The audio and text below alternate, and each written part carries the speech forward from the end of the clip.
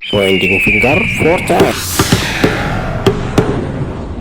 കോഴിക്കോട് നഗരത്തിലേക്ക് വന്നെത്തുന്ന നിരവധി ബസ്സുകളുടെ കേന്ദ്രത്താവളമായ പുതിയ സ്റ്റാൻഡ് എന്നറിയപ്പെടുന്ന ഒഫീഷ്യൽ ബസ് സ്റ്റാൻഡ്.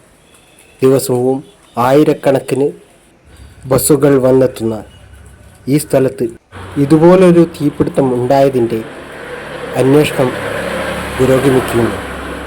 പക്ഷേ ഇനിയും ഈ കെട്ടിടത്തിൽ പ്രവർത്തനാനുമതി ഉണ്ടാകുമോ? കോഴിക്കോട്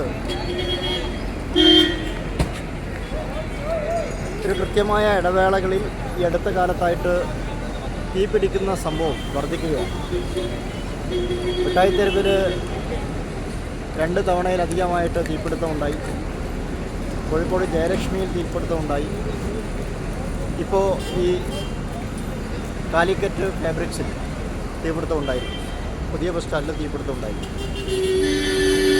കോഴിക്കോട്ടെ തീപിടുത്തം ഒന്ന് കൃത്യമായിട്ട് നമ്മൾ നിരീക്ഷിച്ചു കഴിഞ്ഞാൽ ഒരു പ്രത്യേക വിഭാഗത്തെ മാത്രമാണ് ഈ തീ ആക്രമിക്കുന്നത്.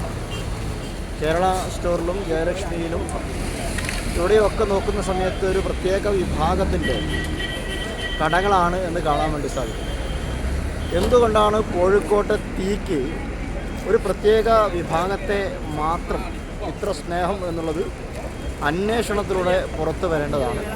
അതിനെ സംബന്ധിച്ച് വ്യക്തമായ അന്വേഷണം ആവശ്യമാണ്. ഈ കെട്ടിടം തീപിടിച്ചതിന് പ്രധാന കാരണക്കാർ കോഴിക്കോട് കോർപ്പറേഷൻ തന്നെയാണ്. കെട്ടിട നിർമ്മാണ കാലത്ത് ഫയർ ആൻഡ് സേഫ്റ്റി സംവിധാനങ്ങൾ കൃത്യമായി ഒരുക്കിയിരുന്നെങ്കിൽ ഈ തീപിടുത്തം ഒഴിവാക്കാമായിരുന്നു. ഇതിൽ കുറ്റക്കാർ കോഴിക്കോട് കോർപ്പറേഷൻ തന്നെയാണ്.